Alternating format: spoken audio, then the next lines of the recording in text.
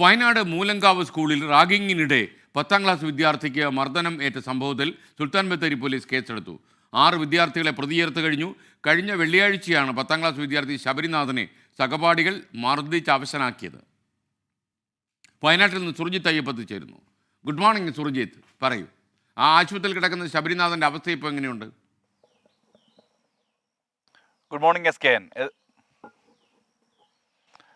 ശബരിനാഥനെ ഇന്ന് ഡോക്ടർ രാവിലെ ഒന്ന് പരിശോധിക്കും എന്നുള്ളതാണ്. നമ്മൾ അല്പസമയം മുമ്പ് ശബരിനാഥന്റെ അമ്മയുമായി സംസാരിച്ചിരുന്നു. ആരോഗ്യനില വീണ്ടെടുക്കുന്നു ശബരിനാഥൻ എന്നുള്ളതാണ് നമുക്ക് ഏറ്റവും ഒടുവിൽ ലഭ്യമാകുന്ന വിവരം. എന്തായാലും വെള്ളിയാഴ്ച രാത്രി മുതൽ ഈ വാർത്തയ്ക്ക് പിന്നാലെ, ഈ വിഷയത്തിന് സംഭവത്തിന് പിന്നാലെ നമ്മൾ ഉണ്ടായിരുന്നു. നമ്മളാണ് ഇത് പുറം ലോകത്തേക്ക് ഇങ്ങനെ ഒരു സംഭവം എത്തിച്ചത്. ഇതേ തുടർന്ന് ശക്തമായ രീതിയിലുള്ള നടപടികൾ ഉണ്ടായി എന്നുള്ളതാണ് ഏറ്റവും ആശ്വാസകരമായ കാര്യം. ഏറ്റവും ഒടുവിലാണ് ഇപ്പോൾ കേസ് രജിസ്റ്റർ ചെയ്തിരിക്കുന്നത്. ബത്തേരി പോലീസാണ് കേസ് രജിസ്റ്റർ ചെയ്തിരിക്കുന്നത്.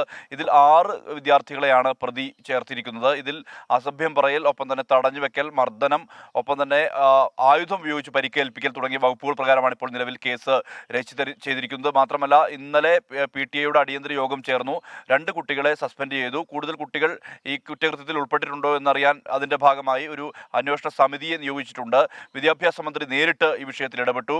സ്കൂൾ അധികൃതരുമായി വിദ്യാഭ്യാസ മന്ത്രി ഫോണിലൂടെ സംസാരിച്ചു.